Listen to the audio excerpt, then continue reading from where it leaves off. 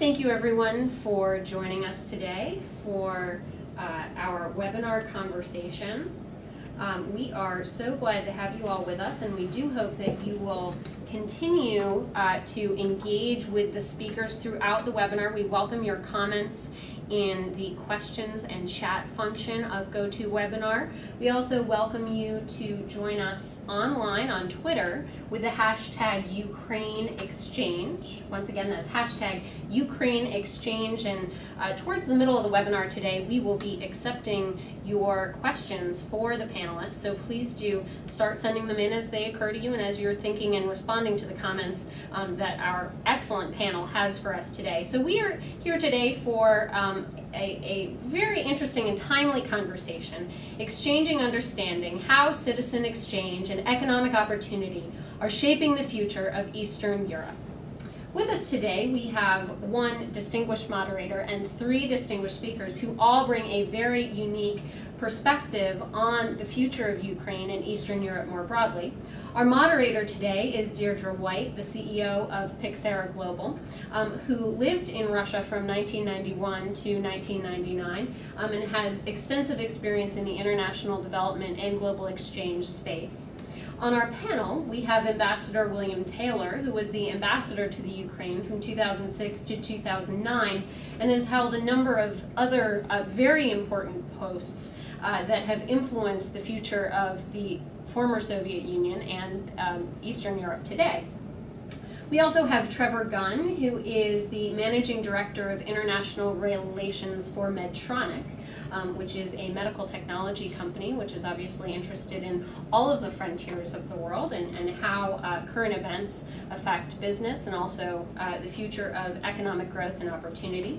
And last but certainly not least, we have Iryna Fedets, who is currently an Atlas Corps Fellow participating in a citizen exchange program here in the United States. Who has been witnessing the events of the past several months in the Ukraine from afar, but has a very interesting perspective on what Ukraine's future means for the millennial generation in Ukraine. Once again, please join us with your comments and questions at hashtag UkraineExchange. I'm delighted now to pass the conversation to our moderator, Deirdre. Thank you, Alicia. And thank you everyone for being on the webinar today. Very excited to be part of this group and to get a chance to learn from my panelists here. If you're anything like me, you've been having a lot of trouble sorting through all the information that you're getting about what's going on in Ukraine today and what it really means for different areas of your work, your life, your study. And so we thought that if we put this panel together, we would have an opportunity to explore some of those issues in greater depth. Of course, we're a little bit hindered in the fact that we're all sitting on this side of the ocean having this conversation, but we have some unique perspectives here to bring to the table, and we've all been studying this issue from as many sources of information as we can get our hands on.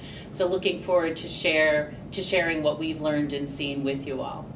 So I'm just going to start with my panel here and ask you all to share a little bit about how your own experience and role relate to the situation in Ukraine today and what made you want to be part of the conversation today. And I'll start with you, Ambassador Taylor. Thank you, Deirdre. It's very good to join you and my fellow panelists and all of you online. I'm, of course, very interested in Ukraine. Having served in Kyiv from 2006-2009, as you said, and had an opportunity to travel around the country and see the north, the southeast, and the west, and get to know the people of Ukraine. So this was a great opportunity for me to see the potential of 45 million people in the heart of Europe. And again, if Europe goes from the Atlantic to the Urals, Ukraine is smack in the middle. And is an important part of Europe. I was just in Ukraine observing the election of the president on May 25th. Had a great opportunity to be down in Kherson, where the enthusiasm for a united Ukraine was clear and was evident. And for this to be in Kherson was just a real indication of changes that have taken place in Ukraine, in particular in that part of Ukraine. since I was there. So I'm very pleased to join you, and I'm glad to look, and I look forward to the questions. Okay, great. And Iryna, can you tell us a little bit about why you join us today?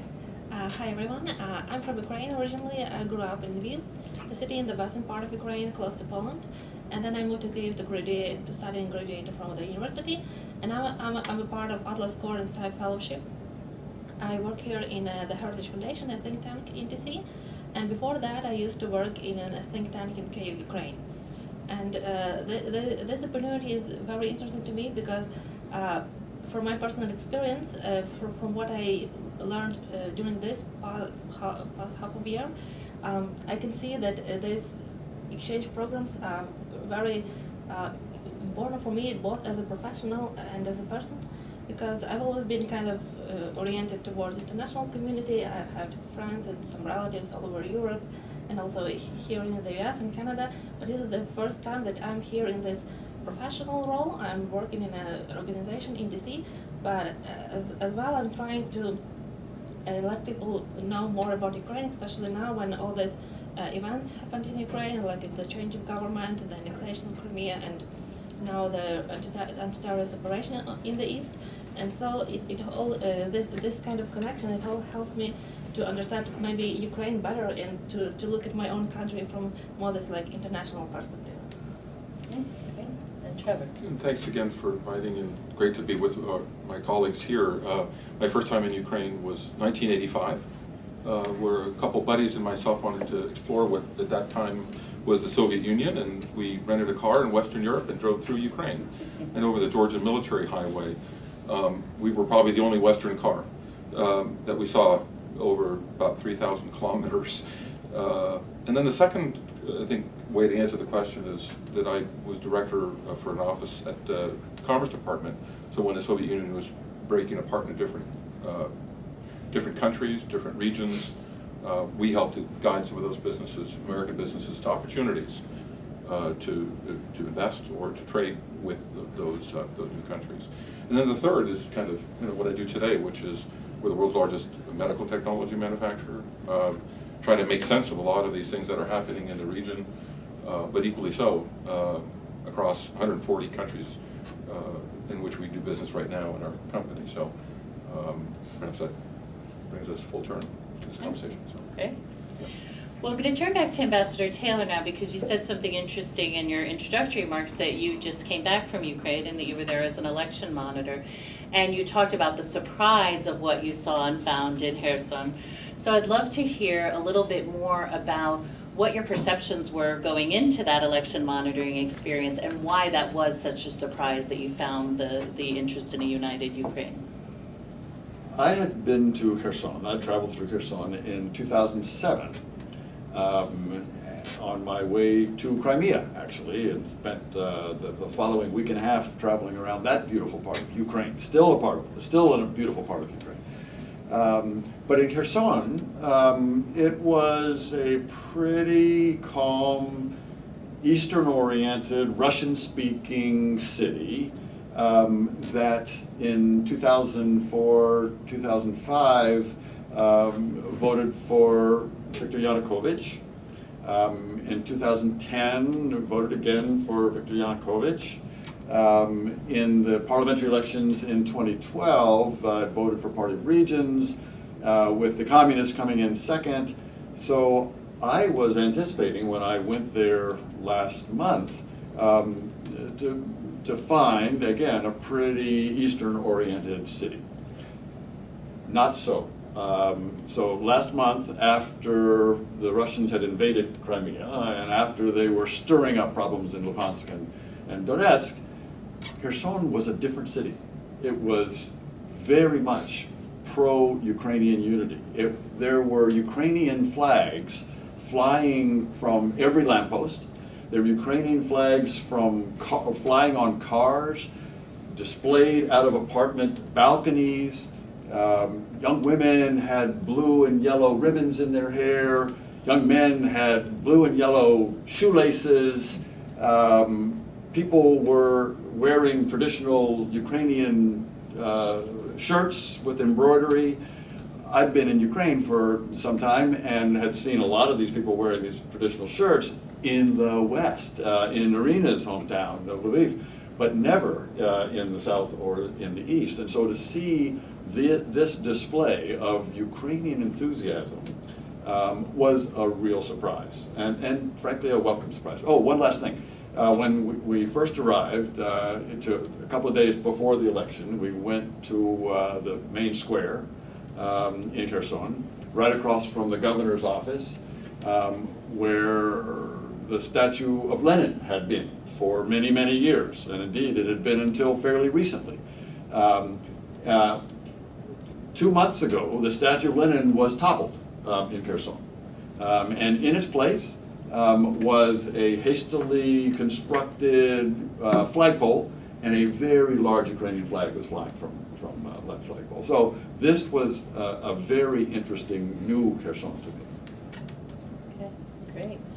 Iryna, I wanted to ask you next, because you're in this unique situation. You've been here as an Atlas Fellow for the last several months, and you were here as all of the events have unfolded in Ukraine over the last 4, 5, 6 months.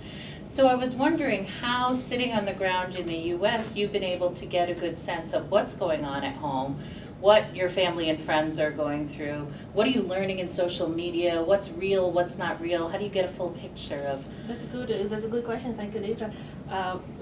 Actually, yes. I came here after I come here. A week after that, actually, the first couple of people were killed in the center of Kyiv, and then all of this chain of events started. When then we had a very violent crash on the protest. Then we had Crimea invasion. Now we have this war-like situation in the east. And so all this time that I have been here, all these events were taking place in Ukraine. And actually, yes, I was worried for people who I know, in general, for my country. And also I wanted to get this truthful and real information, because maybe you have seen this fact that sometimes even now in this informational war situation, we get some news we may not get, or we may get the news that have been somehow distorted, or the comments that aren't entirely truthful, or from different sides. Now the situation is a bit better, but even now, when Ukrainian President Poroshenko, the newly elected president, he suggested a sort of peace plan to regulate, to calm down all the situation in the east. And what I've been reading in some of the American newspapers, I've had this title that says Ukrainian president suggests a peace plan, and then nothing about Ukraine, just a comment from Putin and a comment from separatists in the eastern parts of Ukraine. And so we still lack this voice or information coming from Ukraine itself, from Ukrainian people, even from some Ukrainian politicians. And what do people do in this situation? Surely, yeah, I'm lucky that I do read information in Ukrainian and in Russian, so I can get the news as soon as they appear. But also, it's a good thing for me to go to social media, and I have friends on Twitter and Facebook who are from Crimea, from Donetsk, from Odessa, also from Kyiv too. So I've been asking them what's going on in their cities. And probably because I'm rather old school, it's pretty easy, even more easier for me to take a phone and to call them and to ask, just to show that I care, to show that I'm here for them, like to ask them what's going on, how are their families. And so it's just for them probably it shows some support for me, and for me it's a way to to pick up information, to know what's going on in these cities. Great. And Trevor, without dating you, you've been working on business opportunities in the countries of the former Soviet Union for more than 2 decades. So what does this situation in Ukraine today mean for the business world and for the kind of company that you work for that has a great interest in developing business in this part of the world? I think the answer is we don't know, which is exactly the wrong type of answer that a business, should expect when trying to make plans. Whether it be, for exporting, which is a lot easier, or whether they're an investor. Everyone likes predictability. Everyone likes to understand the rules of the game before they move forward, and that they're investing precious time. What is the government like? Who the minister is going to be like? We would like to talk about the legal system and a lot of these things, but the reality is, of course, we don't, in reality, know where the border is today, whether mental or legal. And not a political point, just simply a question of business. And that is, I think, fundamentally what needs to first be resolved. When we were first talking, the three of us at one point, that's exactly correct, right? Which is that the political situation needs to calm down to a certain extent. The military situation needs to calm down. So big strategic questions need to be resolved. Not a small issue relative to where the country of Ukraine is going to be getting its gas. Needless to say, where Russia might be getting its revenue for gas as well. All those types of things are just big things for the business community. But meanwhile, I think a lot of the day-to-day business goes on, particularly in the Western, where there is stability, where there is a new government, where there is some new energy and some new thoughts. So I think that a lot of businesses are, hesitating. And I think less will hesitate over time as some of these issues get resolved. And are they hesitating just about Ukraine and Russia, or does sort of the rest of the surrounding region get some of the fallout of that as well? I think I think a lot of the surrounding region gets the fallout, although usually not named. But I think it creates a climate of disclarity, I think is the right way to say it. And if anything, business needs clarity. And particularly if you're talking about investment, investments that play themselves out over a period of years as opposed to a period of months or quarters. And that's, so the issue is, yes, so there is fallout in the region. There's no possible way to avoid it. I think part of it grounds itself in the fact that people don't know the region all that well, perhaps have never sometimes visited the region, yet they're asked to make decisions around things that they don't really understand and where they may be getting, I think Iryna, you said it very well, some lopsided news from many different quarters. Very difficult to interpret back in hometown USA, wherever that might be, in Peoria, Illinois, or Kansas City, or San Francisco, wherever these American companies are making these decisions. Not an easy thing, but they still need to move forward with their plans nonetheless. Not an easy thing, and that couldn't have been a more perfect segue for where I wanted to take the conversation next, which is to kind of come back around to this idea of citizen exchange. And we've heard from Iryna, who is here on an exchange, but you talked about business people making decisions when they haven't been in countries, when they don't have the ability to read language, to read articles in the source language, things like that. So how does citizen exchange affect our ability to understand other countries from a business perspective, from a national security perspective? How effective are these programs, and what are you seeing in terms of where we're going as a country with our investment in exchange? I spent a fair amount of time working on assistance to and programs with Eastern Europe, former Soviet Union, not just Ukraine, but across the 12 countries. By far, the most effective program that I observed was a high school exchange program that brought young Russians, young Kazakhs, young Armenians, young Ukrainians, Moldovans, to the United States, where they lived with American families, went to American high schools for a year, for 2 semesters of high school.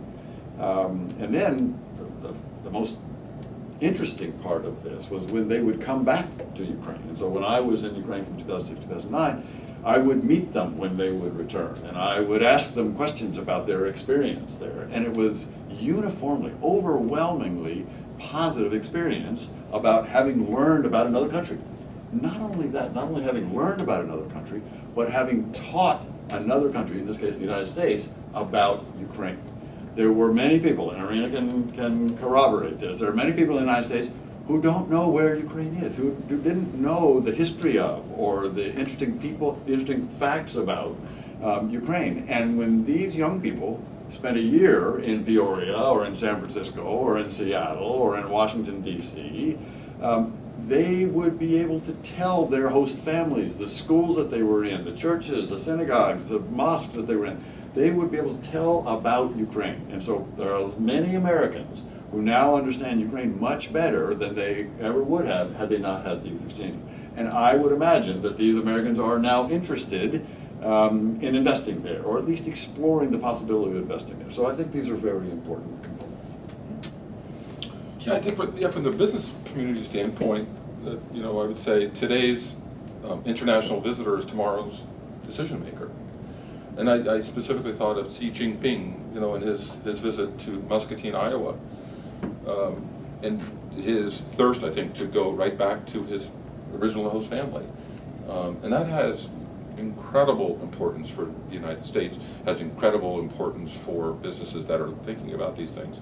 Other such leaders that are in currency today, I don't need to look further than Jim Rousseff, also returning from these programs, the former French President Nicolas Sarkozy as well, and the list goes on and on. But but most of the people that have had such a great impact through these education and training programs in the United States have gone in to start businesses, they've gone in to be parliamentarians, that entrepreneurs, whatever they may be, but the reality is they have great impact. I do worry about the U.S.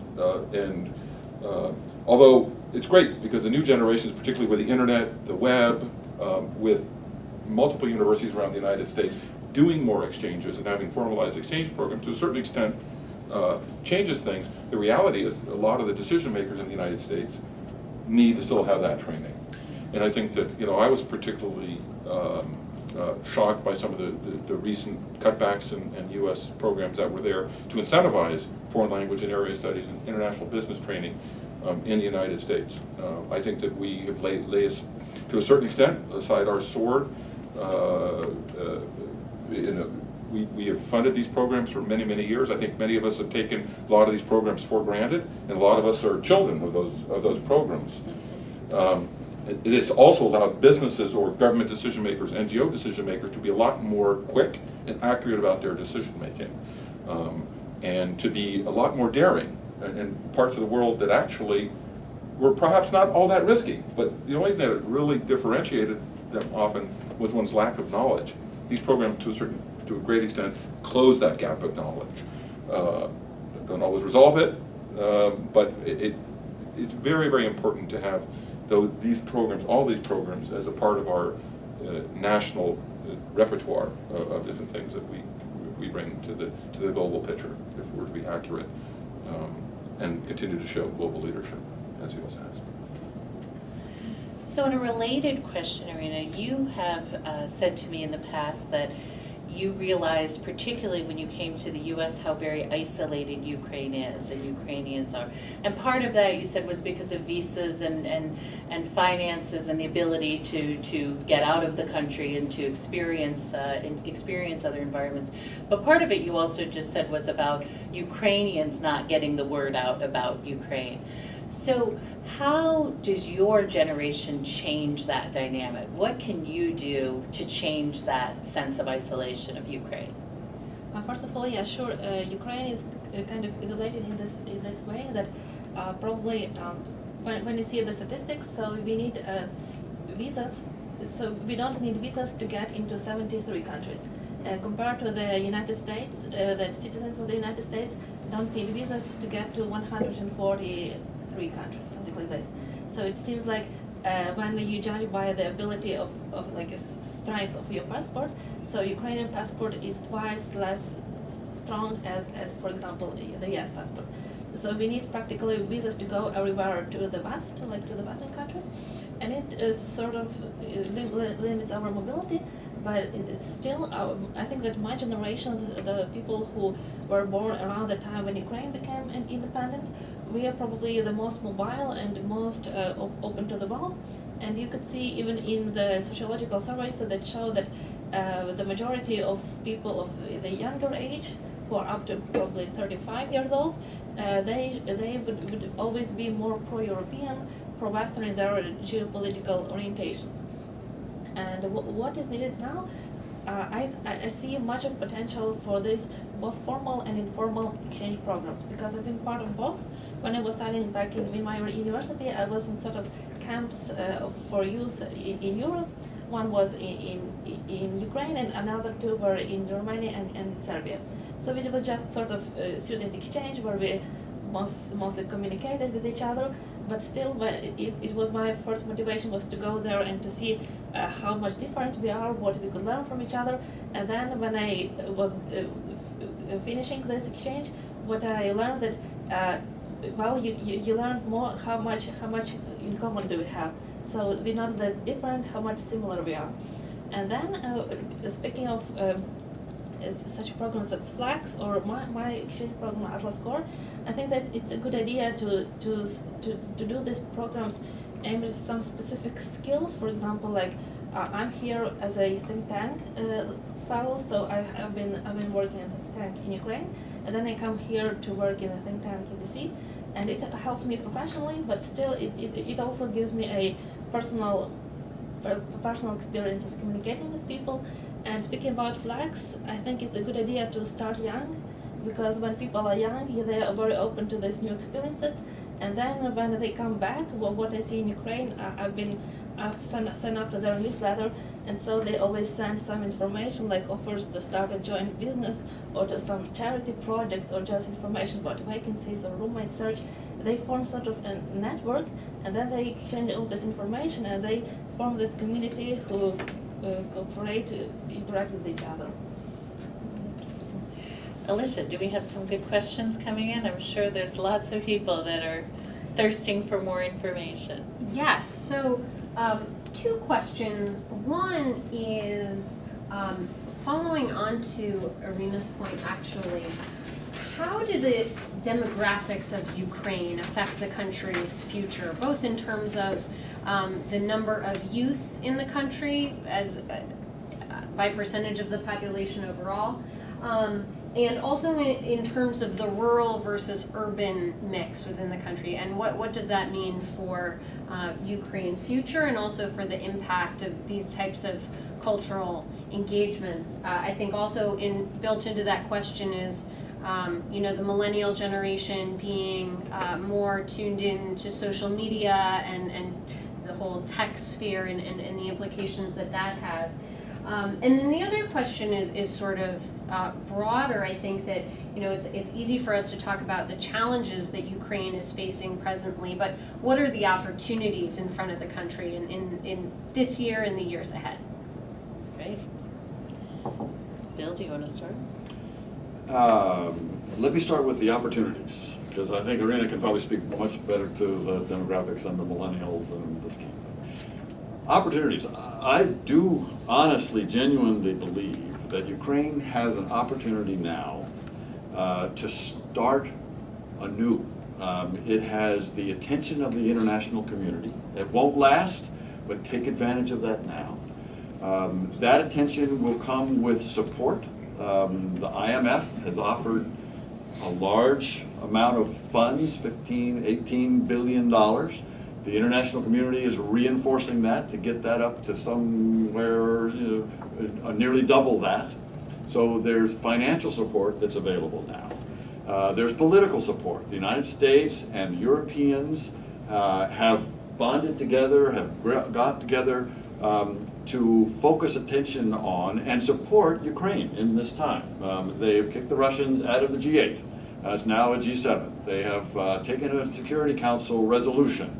And even though the Russians vetoed it, they didn't get any support. Even the Chinese didn't support the Russians in the Security Council. And when they took that same resolution to the General Assembly, it was 100 to 10. So the international community has come to support Ukraine in this. On security, there has been an increase in the amount of attention being paid to the Ukrainian armed forces and the police. And this is something that has been neglected over the past several years. So the opportunities now are rich. Ukraine as Iryna just mentioned, Ukraine just elected a president for the first time without a runoff. Every oblast voted either in a plurality or majority for Poroshenko, Petro Poroshenko. In the past, as everybody knows, it was a candidate in the east that would win and a candidate in the west that would win, and then it would go to a runoff. That didn't happen this time. It was one round, and all oblasts, with of course the exception of Donetsk and Luhansk, where they were not allowed to vote in most cases. Some people in Luhansk and Donetsk did vote, But in general, the separatists did not allow the vote, but otherwise in all oblasts, they supported Petro Poroshenko. So politically, economically, internationally, they have the opportunity, the real opportunity to address these things. Now, one of the big issues they're gonna have to address is corruption. Let's be clear. That's a problem in a lot of countries. It's a problem in this country, but it's a real problem in Ukraine. They're gonna have to deal with that, as well as economic reform. And the biggest economic reform step is gonna be one of the hardest, and that is natural gas pricing. But there's a great opportunity for Ukraine to take major steps.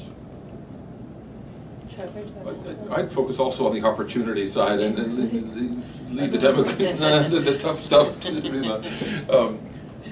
When I think of Ukraine, I think of, a massive market. I mean, it is one of the largest countries in Europe, so you think about that, that should get the attention, even if the news doesn't. You think significant amount of natural gas resources, logistics issues, that is transportation, logistics access across wide swathes of territory. I think of a science and technology, a very, very young generation, which is very, very science and tech savvy. I mean, we have about 200 programmers working on some of our most modern medical devices in Lviv through another company. So you don't leave people's lives, which is often what our devices are made for, and people are depending on that type of technology to places where you don't have full trust in that science and technology culture. And I do think that although parts of Ukraine through history have leaned east and west, certainly there's a high degree of intelligence and interest in activity with the West, and that's something that we can certainly capture. Meanwhile, maintaining, I think, good dialogue with all parties seems to be nonetheless very important for Ukraine's survival. So that's what I think about from the opportunity side. I will probably speak about demographics. Actually, yes, during the general number of people of Ukraine has been diminishing eventually. Probably over the last 10 years, we moved from 50 million people to 45 million people, largely due also beside the natural reasons, also due to big amounts of immigration. People have been going abroad. And also, the demographics actually changed. People are, on one hand, they're getting older because they less young people are born, and the second one tendency is that we become more urbanized. So people relocate to cities, largely because we can find more economic opportunities in cities. So there is a sort of trend, for example, judging from my place, my city, so people from Lviv Oblast come to Lviv as a center of the region, and those who are based in Lviv, they usually move to Kyiv to work there on the country, on the national level. And what we can say about today's youth, that they are, as I have said, they are more pro-European and pro-Western than the older generations, and also they tend to support these new political parties. I think that they just give a chance to people like them, to people from their generations, because now we have a couple of political parties, especially those that appeared after the Euromaidan protests. And actually, students and youth have been one of the most active participants of this Euromaidan movement. And even now, when we have this annexation of Crimea and war in the east, so these young activists, they moved on from protesting to organizing into communities, into organizations, and helping to relocate refugees, internally displaced people, to support some reform initiatives like anti-corruption reform, judiciary reform, and others. And also, they are most active, especially students. They are most active in their cities, like in Kyiv, in Lviv, in Kharkiv, in Vinnytsia, and these are the people who really have this new vision of Ukraine, and they are the ones who are most, from what I see, they are most optimistic, and probably because of the fact that they have the most time to live here in Ukraine, and so they are most interested in that the situation in Ukraine becomes better. Thank you. We have another question, which is actually very related to that point.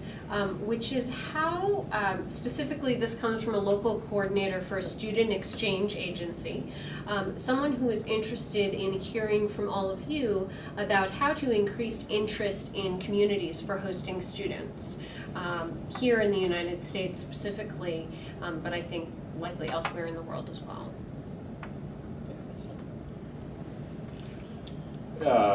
The best way to interest communities, it seems to me, is to demonstrate to these communities more broadly the benefits of having young people from all over the world, Ukraine, from other places as well, in terms of educating Americans.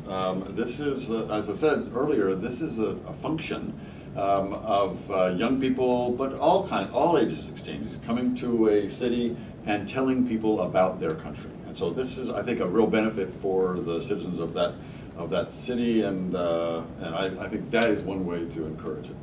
And just to follow on to Bill, but but also to be even more specific, I think that businesses are not thought about as a reach out point for even education. And I know this business can be kind of scary for some because if you're an educational institution, but I wouldn't let that hold you back, because I think businesses really would like to understand. They understand themselves often deficient, and they don't always admit it, but they actually would be like rain on parched earth, if it was offered to them. So often, if the mountain, if Moses won't go to the mountain has to go to Moses, as we sometimes say, which is, that wealth of knowledge could be sitting literally at your doorstep.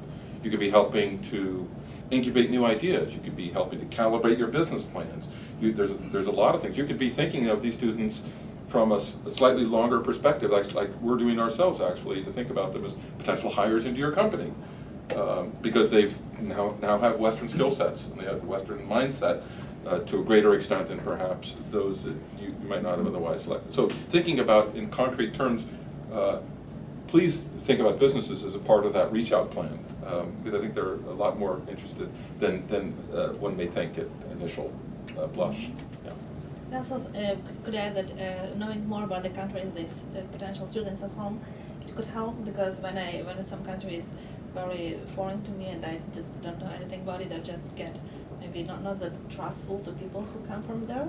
But when you have good experience and good cases of people formerly coming from these countries and spending time in your country, and then getting back and becoming leaders, as we spoke about, this could be a good example.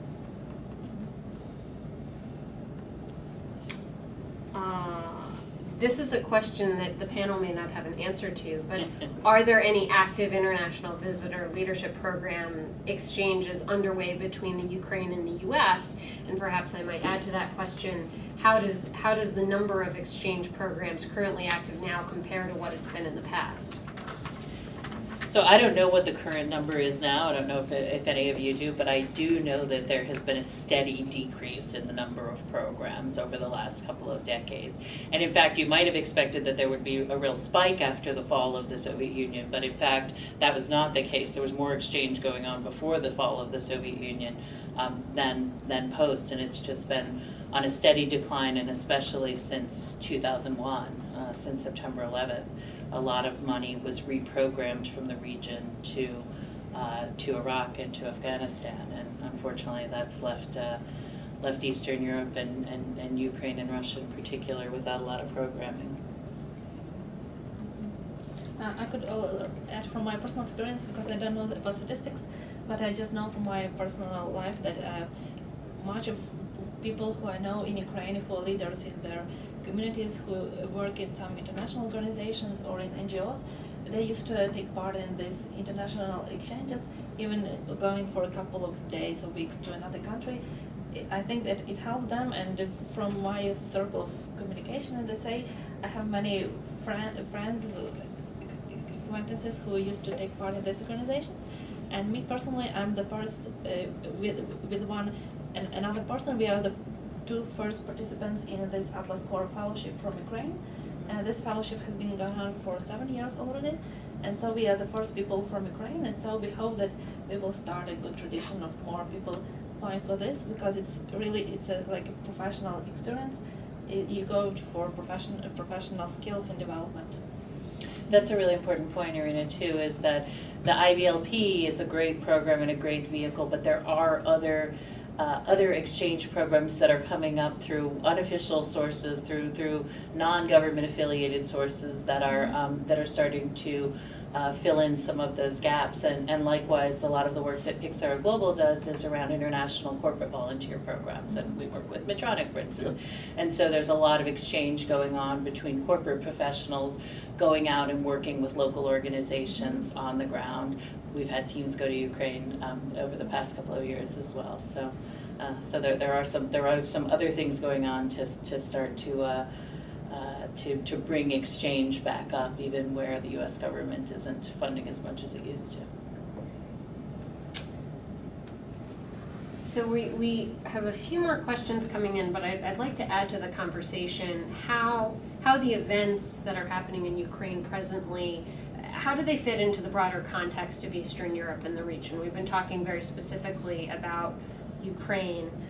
Of course, Ukraine's neighbor is an obvious major player, but I think the rest of the region as well, having shifted the national spotlight onto this area of the world, what are the implications for that, and what does that mean for the future of the region? I can start. I think the invasion of Crimea and the Russian destabilization of Donetsk and Luhansk has shocked a lot of Ukraine's neighbors and a lot of the East Europeans, indeed a lot of Europeans, Western Europeans as well. We all thought that Russia was a partner. The business community thought Russia was a partner. The international community thought Russia was a partner. Well, it turns out Russia's not a partner. It turns out Russia is an aggressor that doesn't respect borders and has annexed a large portion of its neighbor's territory.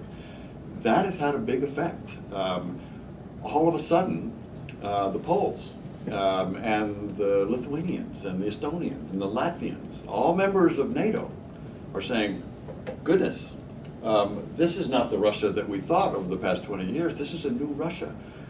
Membership in NATO is more important to us, Poles, Lithuanians, Latvians, Estonians, and others, more now than ever before. We need to be changing the way we behave. We are probably going to have to spend more on defense. We're going to have to accept more troops from the United States or from other countries to help us defend ourselves. If this Russia is a new Russia that is aggressive, that says it can come in and take territory when Russian speakers are threatened, even though Russian speakers have not been threatened, if this is what the Russians are going to do, then we're worried, the East Europeans are saying.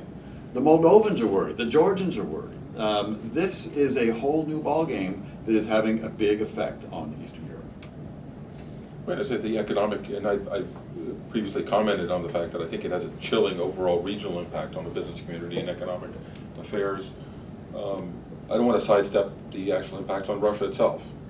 I think initially, perhaps our colleagues in Russia probably underestimated the amount of impact it actually could have. The sanctions, and particularly coordinated sanctions and global sanctions, Australia being the most recent to announce sanctions, actually could have on the economy. And I think it is something that those of us in the business community, I think a lot about, with the interconnectedness of the global economy. And Russia has become globally integrated. So taking a move like it did and introducing a sort of an element of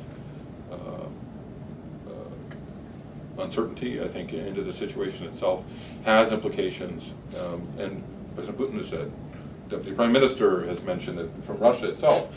So I do think that we're in a kind of a settling out period of what people thought maybe before, and perhaps the calculus that went into the events that led up to Crimea, and the actual implications after the fact. I think they're much broader and perhaps much deeper than anybody in the region actually imagined. I think it goes hand in hand with Bill's comments on NATO membership and the fact that countries, you're to a certain extent asking countries to really make a choice.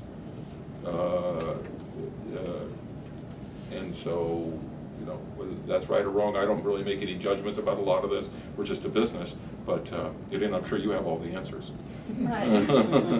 I just wanted, yes, to agree that it's kind of a test for Ukraine and for other countries.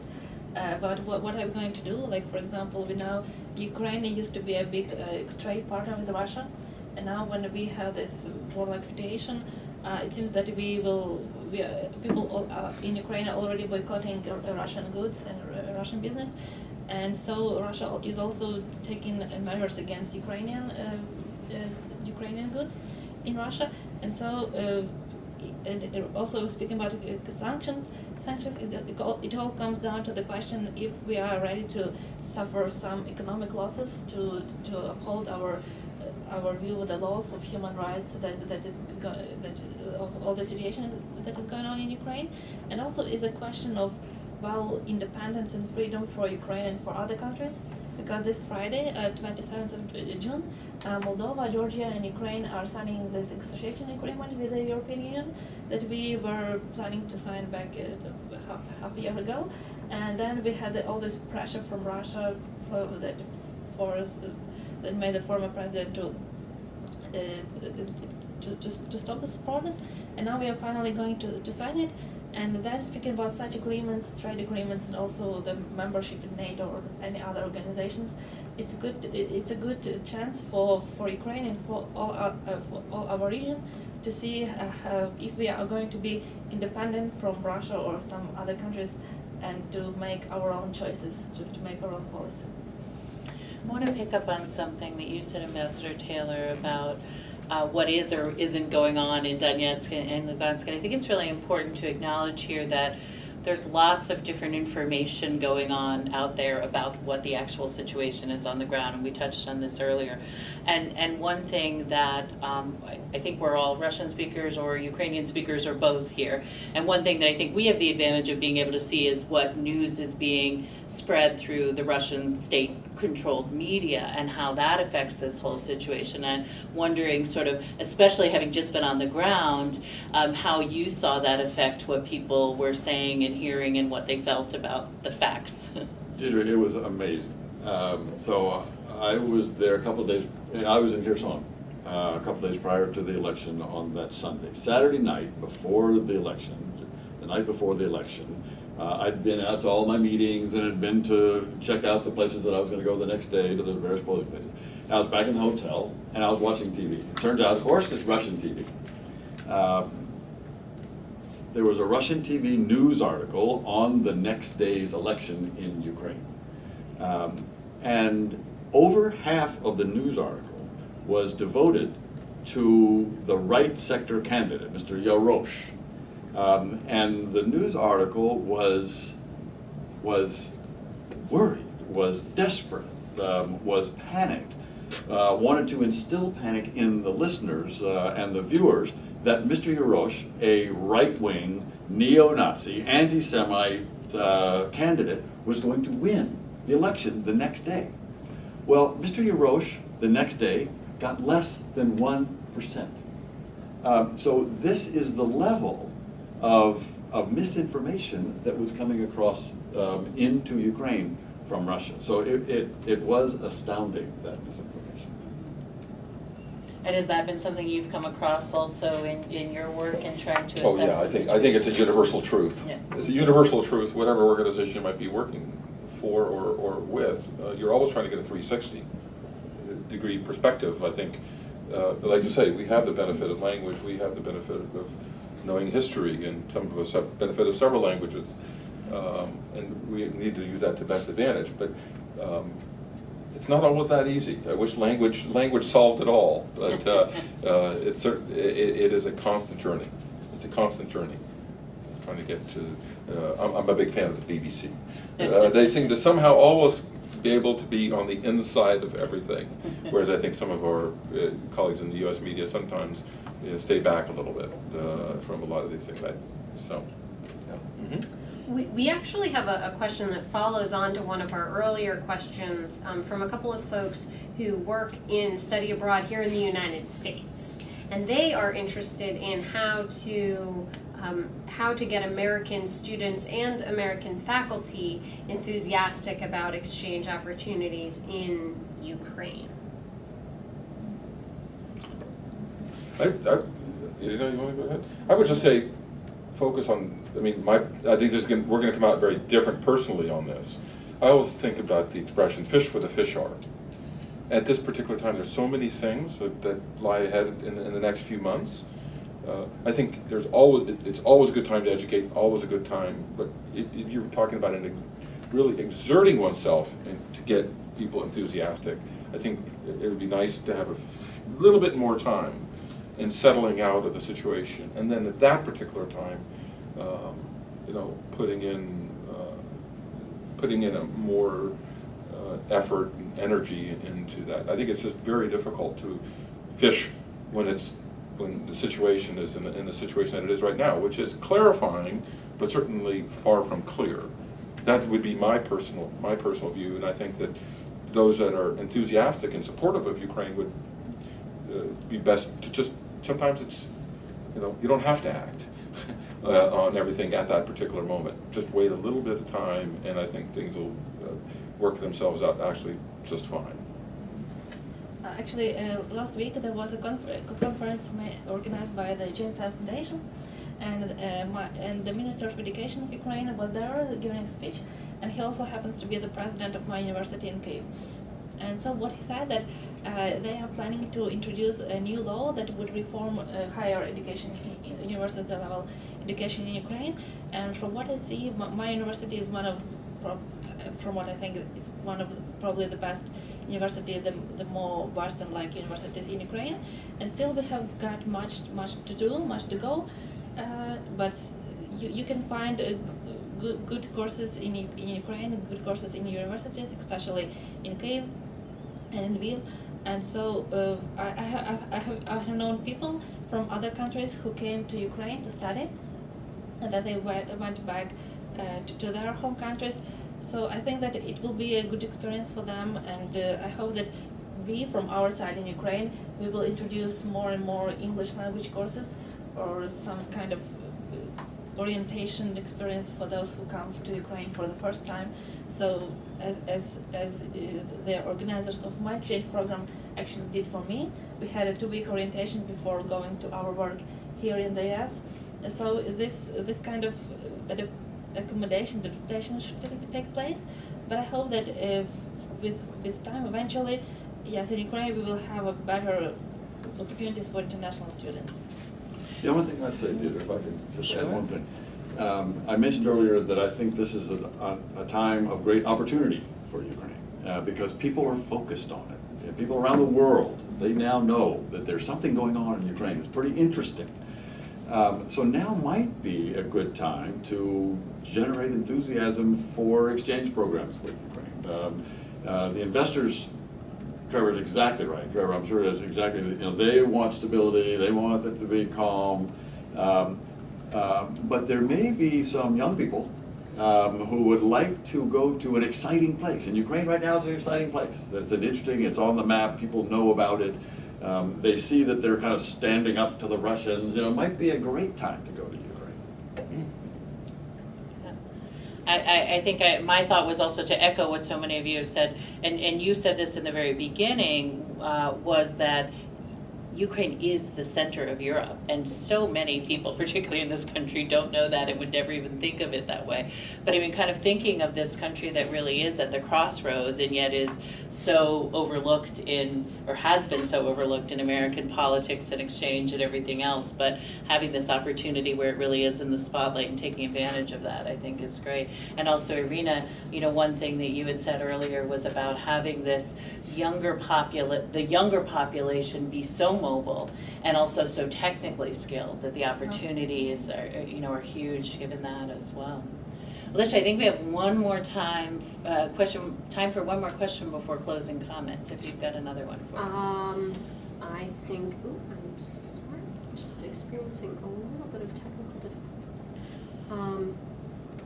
You know what, I Okay. think All right, well, we're almost at time anyway. So the last thing I wanted to ask you all to do is just to share your final thoughts on what you think the future holds for Ukraine and its neighbors, and what the critical decision points or events are going to be over the coming months. And wherever possible, also to pull in this sense of citizen exchange and how that plays into the equation. Iryna, would you like to start? So while all this conflict goes on in Ukraine, also we have sort of battle on our peaceful ground. It means, what I mean is battle with corruption, with probably some outdated or ineffective laws, also with some corrupted practices. So people who are the new generation, who have, especially who have been taking part in the protests, some civil organizations before, they are now up to new challenges to change their country, to make Ukraine a country worthy and interesting to live in. And so probably one of our most important issues will be in the coming years will be economic freedom, the freedom for business, for opportunity, also energy efficiency and energy independence, and yes, fair laws and courts, because when it is often it all comes down to the ability to defend your rights, your property in the courts. And also we've got to strengthen our civil society, because probably one of the reasons that made this Euromaidan protests getting so violent and so desperate, that it was that people had virtually not other options is to protest, to get their voice heard, than to go out in the streets and to make it heard all over the country. So now we've got to use this experience, to use this opportunity to exchange information, to form some sorts of civic organizations, communities out of this more informal civic movements, and to make our goals, our vision implemented by political participation, by communicating with elected politicians, and also by suggesting and promoting our own vision for the future. I think as a younger generation, we are up to this challenge. I think that the primary factor here is what decisions the government of Kyiv will take. Not only in Kyiv, but certainly how that whole administration will settle out, what positions the ministers will take. We need to let them get to the business of governing. Meanwhile, they've certainly got a lot of things to manage in the East. These have to occur, unfortunately, at the same time.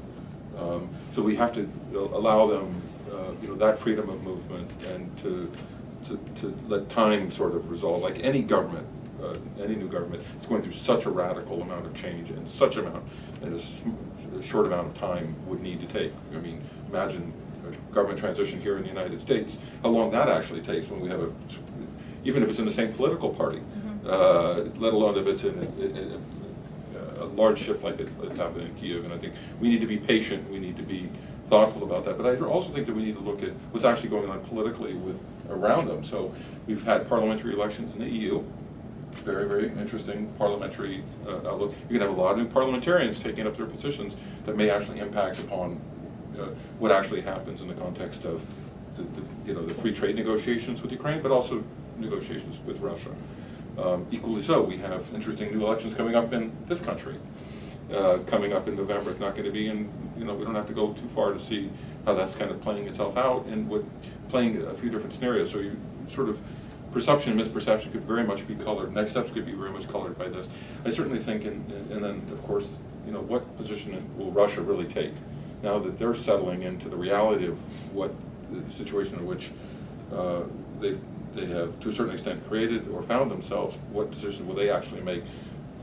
It's very difficult to predict exactly how this is all going to play itself out, but all those type of considerations have to be at play when making a calculation of what will happen in Ukraine, because Ukraine is not just Ukraine for Ukraine. Ukraine is really important for the world, and I think Bill, you brought that home beautifully. This is a moment of a great opportunity that has to be managed. Maybe Bill has the I'll answer. give to you all the of last that. word. I gave you the first word. Following Trevor's brilliant focus here. The interesting thing for me is how Mr. Putin has done what no Ukrainian politician has been able to do in history, and that is, Mr. Putin has unified Ukraine. He has brought the East and the West together. He has made the EU much more attractive. He's even begun to make NATO attractive. And when I was there, NATO was not particularly attractive to Ukrainians. But there are a lot more Ukrainians today who are giving some consideration to their brothers in Poland who have a treaty. Mr. Putin has unified the international community against him and in support of Ukraine. He has rejuvenated NATO. NATO was fading before this, but Mr. Putin has helped NATO get a new lease on life. The exchange programs, I think this is an opportunity. I mean, if I were 20 years old, I'd be very interested in going to Kharkiv or Kherson or even Donetsk. I'd be interested. So I think this is an opportunity for people around the world to give Ukraine a good look. Investors soon, but exchange students now. Well, thank you very much to all of the panelists. What a great discussion, and hopefully we answered some questions and opened some eyes and probably left a whole lot more questions out there too. So appreciate your being here, appreciate you making the time, and appreciate everyone making the time on camera.